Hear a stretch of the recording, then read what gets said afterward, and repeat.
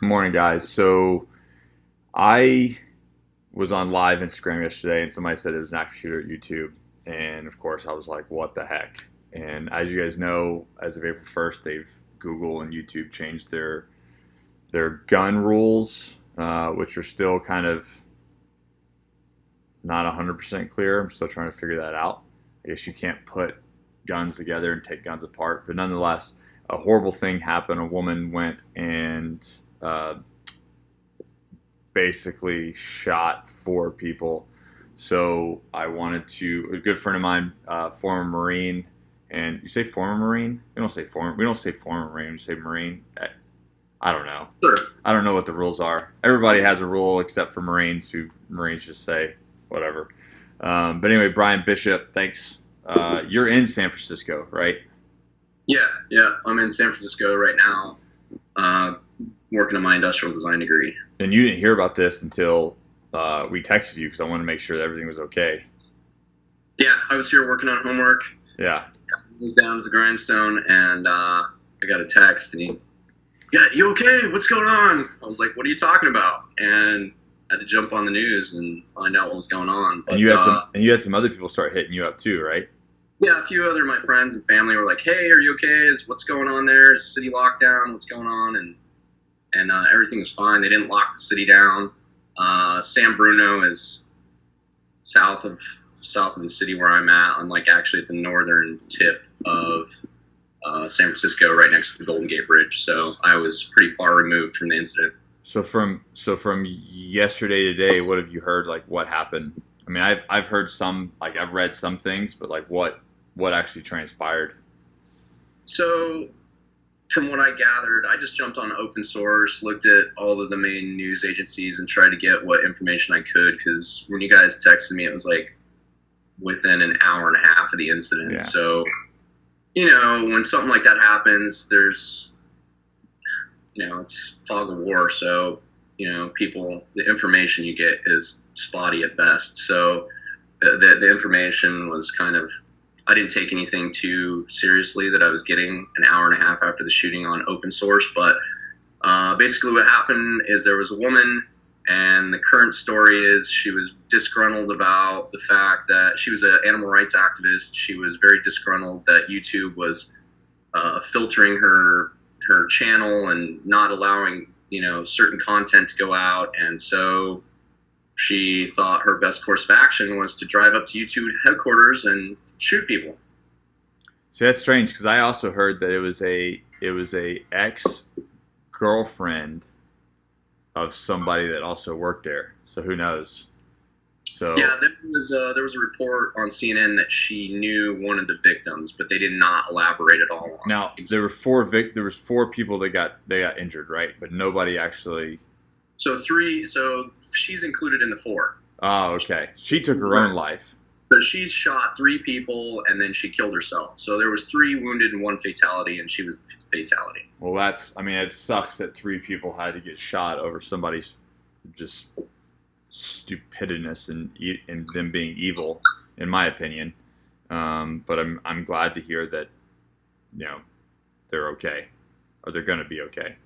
Yeah, one's listed in critical condition, but has a favorable outcome or favorable prognosis is what I read on CNN. This is what makes, like, not to make light of the situation or anything, but this is what blows my mind is that here we are, like, gun control is a huge debate. You got kids that are uneducated marching for their lives, and here you are in probably the most like strict state that there is for gun control, yet this happens at YouTube headquarters. Yeah, so to touch on that, California does have the strictest gun regulations in the country. Everything's illegal here. High capacity magazines are illegal. You can't concealed carry. You can't open carry.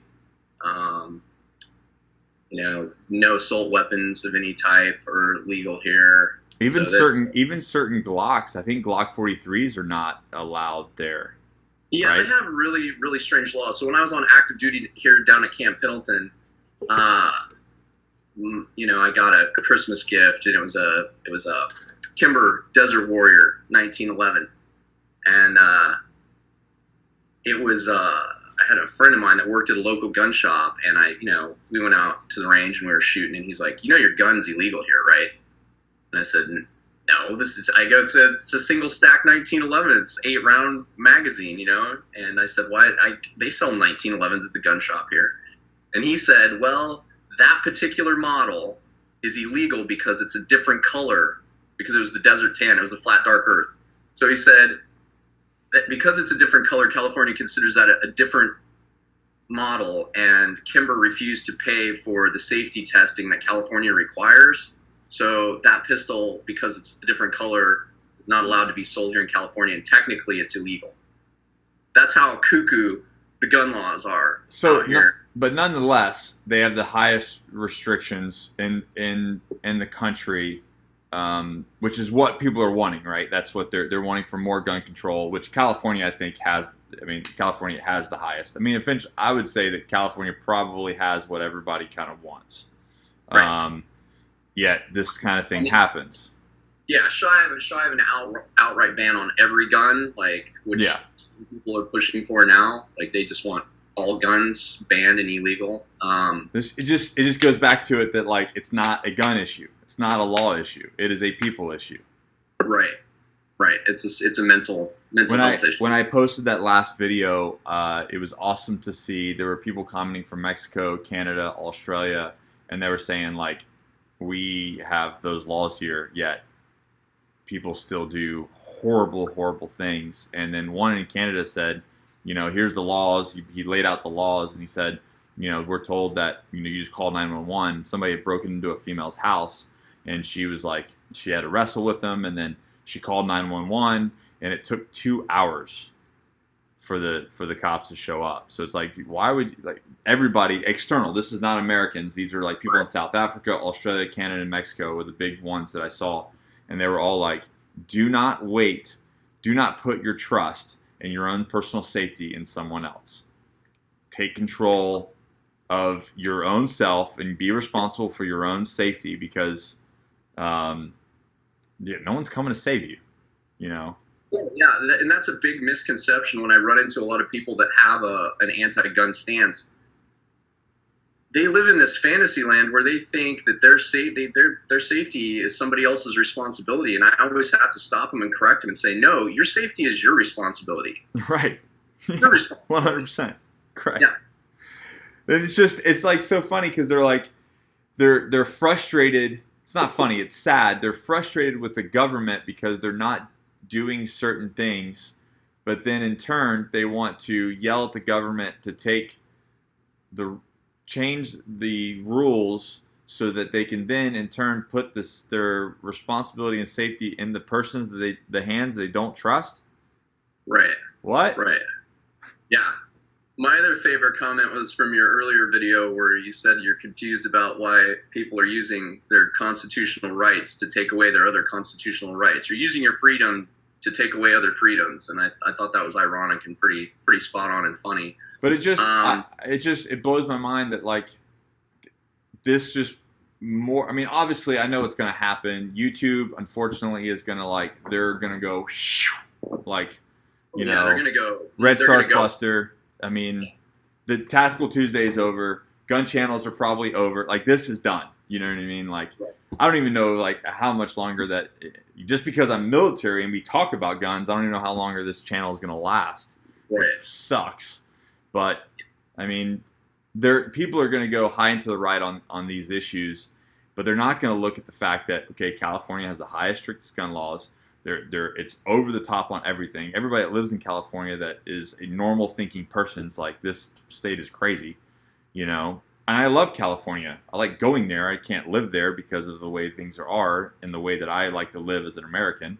But they're going to overlook the fact that all the strict rules, yet this happens right there. And it has nothing to do with guns. It has nothing to do with anything. It's because that woman was fucked up in the head. She was evil, and she wanted to hurt people to make a point. Animals. To protect animals. You know what that is? What is the definition of terrorism? Your aggression to further your political agenda. Yeah, basically. for to use whatever means to cause fear and panic and to further your political agenda. Yeah, I think the exact definition is like using fear and threat of violence to further your political agenda or your ideology. Your ideology. So that's what this woman, and I don't know anything about this woman or what her background is or what she is, but the fact that you would go shoot up innocent civilians that are just like going about their day. I mean, it's fucking YouTube, for crying out loud. They're like, production people and creators, and they're just over there creating content about God knows what. Well, I mean, if you look at it for face value, which a lot of Americans are going to, sure, maybe it was a crazy, disgruntled, mentally disturbed woman, or let's not forget the fact that she is from Middle Eastern descent. Was she? And yeah, her name is like Nassim something or other, Afghani or something like that. Jeez. I don't know. I'd have to look it up again. She's Middle Eastern descent, has a Middle Eastern name, and I'm sure I'm going to take some heat for racial profiling here. But the profiling is a thing. The FBI has been using it for years. I mean, it's a thing because it works. You and I know from our experience when we're overseas deployed, we profile, not just racially profile, but we profile because it's a threat assessment that we use to protect ourselves and protect the ones around us. And guess what? It works. Almost every time that we have a certain profile of an individual, we're usually right. Right. So for the record, I'm not a racist. However, she was Middle Eastern descent, heritage. I didn't know that. How do we know this isn't an ISIS black op? Yeah. I mean, not to get too crazy down the conspiracy theory hole, but she's not radicalized, and they used a platform of animal cruelty to mask the fact that it could be linked back to their organization. I mean, you got to look at if you look at you look at asymmetrical warfare, right? I mean, on the flip side of it, if we were doing something in those line of term, in that vein, would you and I not kind of do the same thing, motivate individuals and motivate people to I think we've both done that. That's how I'm able to identify. Yeah, like look at it a lot deeper. People on the onion back and look at this a lot deeper and say, hey, is it a possibility that tactic is being used here? Right. It's a very old tactic. They've been using it for thousands and thousands of years. Well, human beings have been using that tactic for thousands of years to do something, but I think it's a possibility. I know everybody here is going to start going. Yeah, but I mean, look at the situation from a potential terrorist perspective. They see the internal chaos that's going on surrounding guns right now. So how do they contribute to that? Right. Oh, let's activate one ourselves. How do we poke the fire to get this agenda to happen? Yeah. How do we stoke this fire a little bit more? How do we spray gas all over this fire, and how then do we camouflage it so that it doesn't trace back to us? Well, and now, it's crazy. In a time that things are so volatile, instead of coming together, right? Instead of coming together and being a unified nation to protect our nation and to protect the ones that are in it, right? I mean, we're just getting pulled apart. Right. So like, let's just pull America apart from the inside, and then now what are we? Now we're divided, and it's divide and conquer strategy. Then it's a long game. Now we're divided, and that just makes us that much vulnerable for everything. Right. And the thing is like, I've learned from a long time ago that this is the woman. Oh, no kidding. Oh yeah, she's completely. That's 100%. Yeah. I didn't know that. Yeah. Sold. Yeah. All right. So, I learned from, I don't know if it was probably being in the military, young, but, the saying of, those who don't know their history are doomed to repeat it. Right. I mean, you start looking at like, okay, a country has arms, right? You disarm them. What happens next? and then what happens next? I mean, this has all been done in multiple countries over generations of time. You know, it's a very, very scary thought because this is nothing new. Just because it's 2018 doesn't mean this hasn't been done before. I mean, we're talking, you know, multiple countries and multiple different, you know, eras of time dating back thousands of years ago that this situation that we're in right now is a real thing. Right. Well, there's other facets too that just leave me shaking my head. Where if you get on the FBI site and you look at their statistics, in 2015, I think was the last time they updated their crime stats. I was just looking at this the other day. In 2015, there was like 9,100 and some odd gun deaths in the United States. But then if you look at vehicle death numbers, it's 40,000. Oh, I know.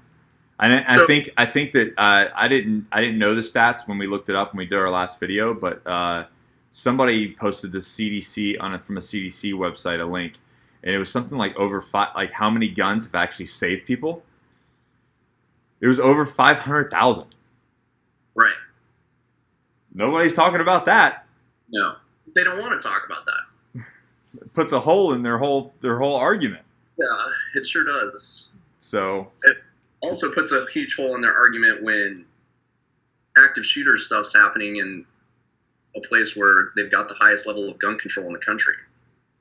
Yeah, I mean, you gun look control does not work. Yeah, right, and that's the thing is you know, you look at what Chicago, New York, right, L.A., California. You know, like some of the most dangerous places in our. You know, I feel some of those cities and some of those boroughs in those cities are more dangerous than places I were in Iraq and Afghanistan. Oh yeah, I agree with that. You know what I mean? It's like I don't want to name. I don't want to name certain boroughs and cities, but you know that what I'm talking about. That I couldn't go walk in those neighborhoods and be safe. Yeah. You know. Yeah, there's neighborhoods like that here and down in L.A., Oakland. Yeah. But it wouldn't be a good idea. And guess what? You won gun control in those areas. Right. You won. Yet, strangely enough, there's fucking guns everywhere. The only people that don't have guns are law-abiding citizens that are good guys that have the ability to save somebody if that's the case. Yeah, and I just think the knee-jerk reaction in this whole political agenda, you know, of people, maybe there's people out there that are on the fence and they're like, oh, well, is gun control a good idea? I don't know. My thing is, like, instead of just jumping straight to gun control, why haven't other measures been instituted? Like, you know, let's take schools, for example, since they're the most, like, heavily targeted by shooters. What kind of security protocols are in place? Do you have ballistic film on your windows? Do you have armed security? Do you have a canine? How well have you coordinated with the local law enforcement? What's their response time to the school? You know, do you have a system in place where you can communicate with all the students via cell phone? Like, can you send out a burst text? So for instance, my kids' high school, they are allowed to have their cell phones, but they don't have like a record of their cell phone numbers to send a mass update text to everybody. My daughter's school, my youngest daughter, she's in middle school. They're not allowed to have their phones. And I'm like, I don't give a shit. You're going to have your phone because I want to get a hold of you. If something goes down, I need to have access to you so I can communicate with you. And I think that should be, and I understand like you don't want it to be a distraction, but I mean, it's 2018. We can use this as like a mass notification that, hey, and I think there are some colleges now. I think Virginia Tech now has a mass notification for their students. Right. But it really should be across the board. That's something that schools should just have, especially in this. You know, we're in the cell phone generation, so why not use these tools to help notify and protect ourselves? Especially when I have kids in the same situation. Trauma management. Yeah. You know, when was schools do fire drills all the time, and there's fire extinguishers everywhere. When was the last time a school burned down? Well, why is there not trauma management gear co-located with? Why isn't there a litter and bleeder kits co-located with all the fire extinguishers, and why are there not teachers that are trained in TCCC within the school? That's a great analogy, man, because I have actually used that before. It's like when you hear a fire alarm go off, do you freak out and get scared? No, because how many fire drills have you been through? We're like, Right. okay, there's a fire, the school's burning down. We know exactly what to do. We know where the exits are. We know where to collect. We know where the meeting area, the assembly area is. We know where to get roll call. Why? Because we've trained to a fire drill. Okay, well, there's no difference. This is the same situation. It's just a training and a drill that you put your students through. And guess what? When they hear that certain buzzer, they react and they know exactly what to do and how to react. But again, let's just be afraid. Let's just react. Yeah. I think that there's a lot of steps and measures that we can take and improve on instead of just jumping to let's ban guns. Guns are the problem. And you know what? It's on. For example, in my hometown where I grew up in Wyoming, a few years back, there was a 17-year-old kid. He was disgruntled with his father and his stepmother. They were both professors at the local college, and he went to try and get a gun. Couldn't get one because he was 17. So he took his Bowie knife and his compound bow, and he waited for his stepmother to get home from work, and he murdered her with his Bowie knife, stabbed her to death. Then he went to the college campus, went into his dad's classroom, shot him in the head with his compound bow. His father didn't die right away, survived. They got into a kind of a hand-to-hand combative situation, and the kid ended up, finishing his dad off with a knife, then slit his own throat and killed himself. And my friends were that work on the police force and the fire department there were the first responders and showed up for that incident. There's been, like you were mentioning earlier with all these other countries, there was something that went down in China a few years back where a mentally disturbed person, a guy, went into a school and killed 30 children with a knife before somebody stopped it. So, I mean, that was awful. Yeah, with mental illness, they're going to find a way to do things. They're going to find a way to get it done. They're going to build bombs. They're going to take cars and drive them into, they're going to run over people. They're going to take knives, swords, whatever, Yeah, whatever. It comes down to there's unfortunately, as much as like you and I and people like watching, they think that like they're like, oh, you're badass and you're this, and it's like, no, dude, really, I'm a teddy bear. Like, I don't want to fight anybody anymore. Like, I've had my days. I just want to like go surf and hang out with my kids and like give everybody hugs. I mean, I tell Brian that I love him all the time. Like, dude, I'm all about peace, love, and happiness. I just refuse to be a victim. And the fact is, like, I don't want any of this. However, I will not stand up for evil. You know what I mean? Like, I will not stand for evil people. And there is evil in this world, and that's what it comes down to, is like, I will not allow myself or the people around me to be a victim. And no way, no matter what law or no matter what you do in this world, there will be evil people. Yeah, you're not going to get away from that. You're not going to fix evil. There's always going to be evil, and there's always going to be good, and there's always going to be the pull between the two. Right. Yeah. And disarming the good guys is not the way. No, you don't tie the good up so that evil can run free. You empower the good so that we can fucking crush evil people. Right. Yeah. And then I can go hug my loved ones. Right. Yeah. Anyways. When minutes count, or when seconds count, the cops are only minutes away. People forget that all the time. I mean, that's just like every case study and everything. I mean, I've studied this stuff for years. It's like every single time, you do a study, it's like 12 minutes. Great. Right. The quickest, 12 minutes. And then active shooter scenarios are over in 2. Sorry, you're about 10 minutes late, buddy. Right. So. I just want to say something really quick, touching on this really quick, because I just looked this up. Ms. Capper's paying attention. Well, nobody's talking about what gun she used because it's not an AR-15. So, like, nobody's really, like, pumping what gun it is. And I just, like, had to dig to find out. And literally it says on it everything, a woman in a headscarf with a big, huge pistol. Oh, so big, huge pistol. Whether she was actually, like, connected to a terrorist group or whatever, she, it sounds like, used that.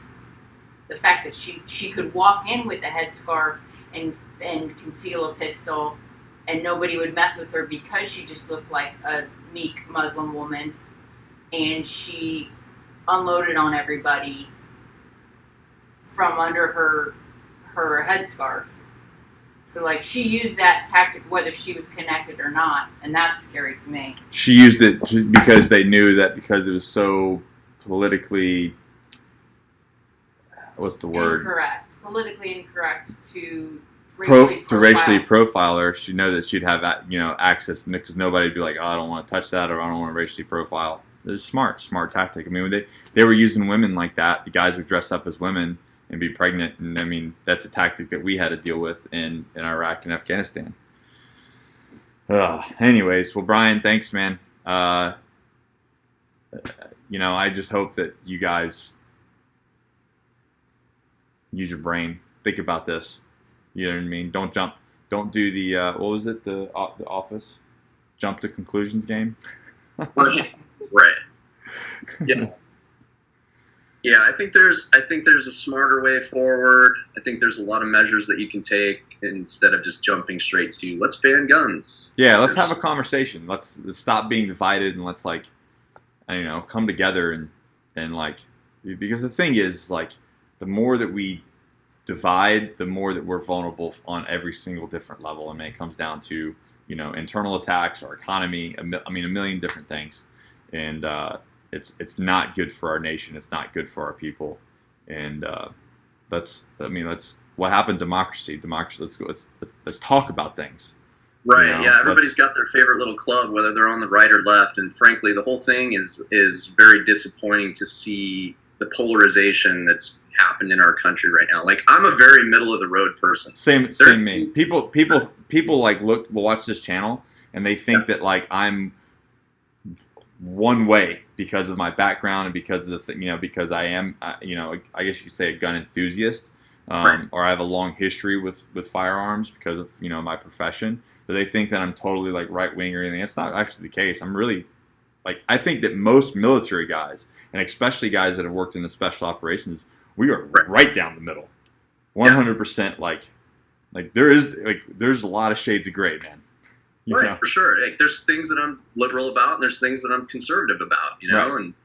And I think that's a good way to be. And I'm disappointed that most Americans can't, do the same. And I think when you boil everything down, whether you're on the right or left, everybody kind of wants the same things. But for some reason, we always want to run to our little respective side of the fence when we feel uncomfortable or we're put in a situation where we have to discuss something or have a conversation that's outside our comfort zone. We want to immediately jump to our, go to our political, rely on our political stance. And I just think that it's just disappointing. I think, Americans need to, be Americans, not Republicans, not Democrats, not libertarians, Americans. What's best for the good guys, the good, and know that this is not a it's not a gun control thing. It's not a law thing. It's really about good versus evil, and who are we as America gonna allow to win? The evil doers, are people that we're trying to live in this country free of terrorism and the reasons why this country was built. All right, brother. Well, I miss you and I love you, and love you. I can't wait to see you, man. Okay, well, I'll see you guys next month for the climbing, or this month. We'll see you this month. This month, just a few weeks, in a couple weeks. Just don't miss that plane ride. Yep. All right. Hey, thanks for having me on, man. I appreciate it. It was good talk. Yeah. Allison, thank you. All right. You're welcome, man. All right, bro. I'll talk to you soon. All right, sounds good. Have a good one, man. Bye. That was long, I know, and we did the other one last time, but I wanted to address my personal thoughts with that, and I wanted to have a candid chat with Brian. Hit a little bit about his background. He was a Marine. He got out, did contracting, worked in the special operations world for a little while, and did very well for himself. And he's a good friend. And one of those guys that I talk about, one of those guys like we were talking about, that's just not hardcore left and not hardcore right, just really in the middle of the road, and is all about America. And this is what he's fought for so long. And his time is done, and now he's working on himself and going to school. But you know, guys that have done what we've done kind of have a big appreciation for America, and we just want it to go in the right direction. We want people to come together because this is what we've done. We served America for. Yeah, you guys know the deal. Never quit, never surrender. If you like this, like it, share it with your friend. Maybe it'll illuminate somebody. Maybe it'll educate someone. And if you're not subscribed, go ahead and hit the subscribe button. All right, we'll see you guys in the next video.